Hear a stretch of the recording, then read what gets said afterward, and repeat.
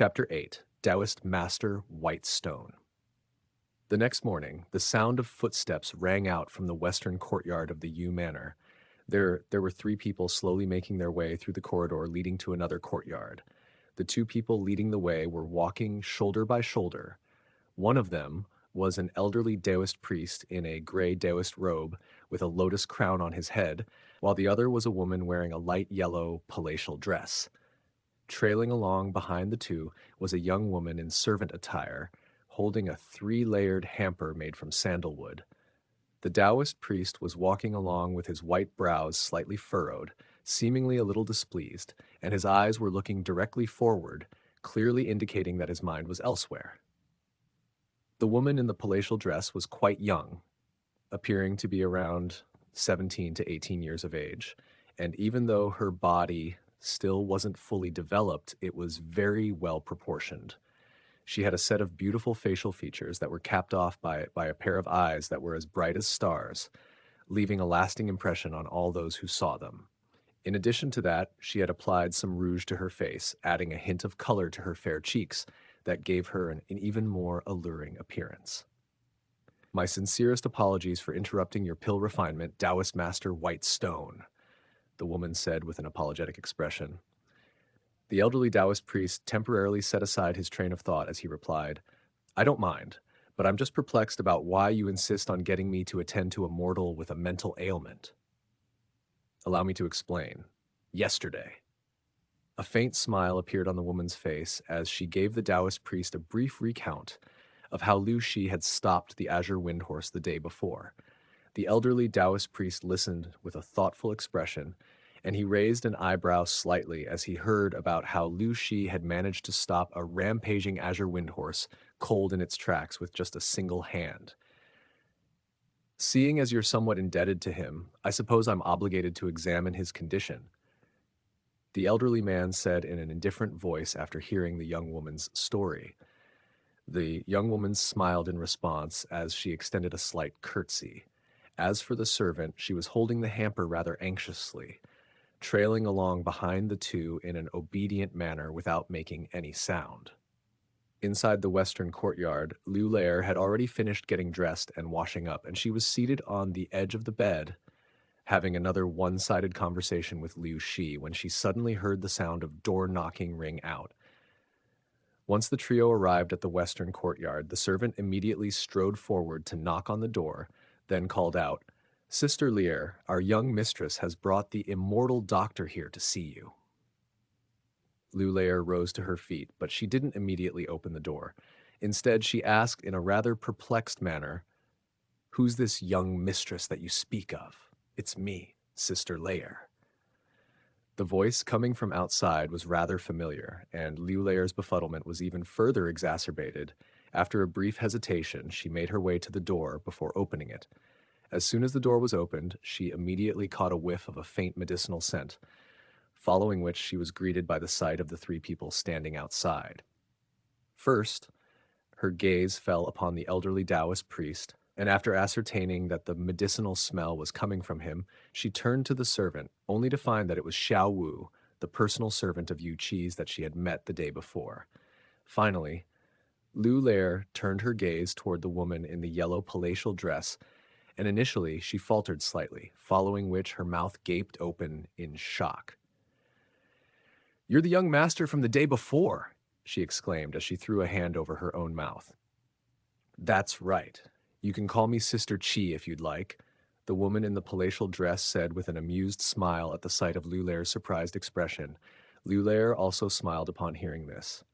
No wonder I felt like you were a little what? Yu Qi asked as she raised an eyebrow. A little, not like a man, Liu Lair replied in a tactful manner after a moment of deliberation. You can avoid a lot of unnecessary trouble by posing as a man. You'll know what I mean once you're all grown up in a few years, Yu Qi said with a faint smile. Liu Lair didn't quite understand what Yu Qi was referring to, but she still nodded in response before inviting the trio into the room. Sister Lair, this is the Immortal doctor I told you about. You can call him Daoist Master White Stone.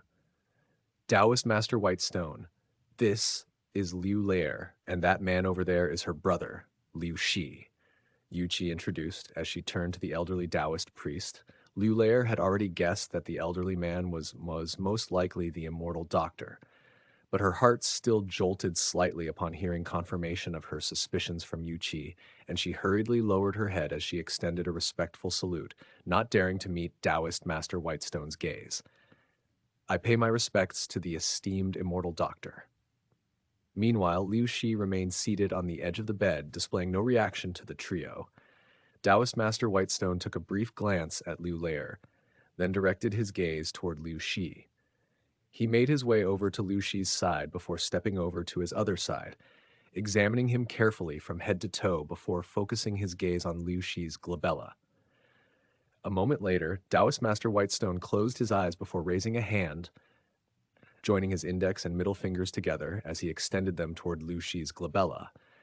Liu Lair was quite taken aback to see this, and she couldn't help but let loose a cry of alarm. Daoist Master Whitestone's arm instantly stiffened, and she turned around to give her a displeased look. There's no need for alarm, Sister Lair. Daoist Master Whitestone is examining your brother's condition, Yuqi hurriedly explained as she gently tugged on Liu Lair's arm. My apologies, Daoist Master Whitestone. I didn't do it on purpose, Liu Lair hurriedly apologized. Daoist Master Whitestone's expression eased slightly upon hearing this, and he closed his eyes before extending his hand toward Liu Shi's glabella again. As he extended his fingers forward, a burst of azure light emerged on Liu Shi's glabella, and circular ripples were spreading outward from the azure light, much like the ripples that would arise from a stone being tossed into a lake. A short while later, a slightly befuddled look appeared on Daoist Master Whitestone's face, and he withdrew his hand before slowly opening his eyes. How is my brother? Can you cure him? Liu Lair hurriedly asked. Daoist Master Whitestone took a glance at her out of the corners of his eyes and offered no response. Yuqi gently patted the back of Liu Lair's hand in a reassuring gesture, indicating for her to be patient. Liu Lair reluctantly fell silent and asked no further questions, but her gaze remained fixed on Liu Shi. Liu Shi seemed to have sensed her gaze, and he turned his face toward her before swallowing the pastry in his mouth, then gave her a faint smile. Daoist Master Whitestone contemplated the situation momentarily before flipping over a hand to summon a rather old copper mirror. Go! Azure light flashed from the round mirror, and it immediately rose up into the air at his behest, flying over to Liu Shi before coming to a halt directly above his head. Daoist Master Whitestone then began to chant an incantation while swiping his joined fingers through the air, seemingly inscribing some type of mysterious runes into the very air itself. Shortly thereafter, his fingers fell still, and he pointed directly at the copper mirror. The suspended copper mirror immediately began to tremble violently, and a layer of azure light emerged, causing its slightly rugged and uneven surface to become smooth and pristine. Liu Lair was scrutinizing the surface of the mirror intently with an anxious expression, and she could see that some changes were taking place within the azure light. It seemed that a rather murky image was about to appear. However, after waiting for a short while, the azure light within the mirror's surface was still as murky as ever, and she was unable to discern anything from it. Liu Shi also seemed to be rather annoyed by the mirror hovering over his head, and he raised his hand before swatting it through the air as if he were waving a mosquito away. Even though his hand didn't make direct contact with the mirror, it caused the azure light on the mirror's surface to flicker and become even murkier. Impossible! Daoist Master Whitestone's expression changed drastically upon seeing this, and he immediately swept a sleeve toward the copper mirror, upon which it instantly flew up his sleeve, vanishing without a trace. Liu Lair was itching to ask more questions, but she learned to hold her tongue this time. Have you identified the problem, Daoist Master Whitestone? Is his condition curable? Yuqi asked. There was a rather uncertain look on Daoist Master Whitestone's face, and he replied, It's not impossible, but... Liu Lair was ecstatic to hear this, and she hurriedly implored, Please cure my brother, esteemed immortal doctor. If you have a way to treat this man, then please do everything in your power, Daoist Master Whitestone. I will cover all of your expenses, Yuqi said. Liu Lair turned to Yuqi with a grateful expression upon hearing this. Taoist Master Whitestone stared at Lu Shi in silence for a long while before finally making up his mind. In that case, I will be sure to do my best. However, let me make this clear in advance. His soul is in a sealed-off state for some unknown reason, and it'll be very difficult to restore it to its normal state. Only by casting a Spirit Awakening Array will there be a chance for his condition to be cured. In order to administer such a treatment, I require an independent secret chamber. Liu Lair hesitated momentarily before asking in a low voice, "Can I be there while you're administering the treatment?" Taoist Master Whitestone. "Why do you want to be there? To get in my way? Do you not trust me, you little brat?" Taoist Master Whitestone's voice instantly spiked up a few octaves in indignation.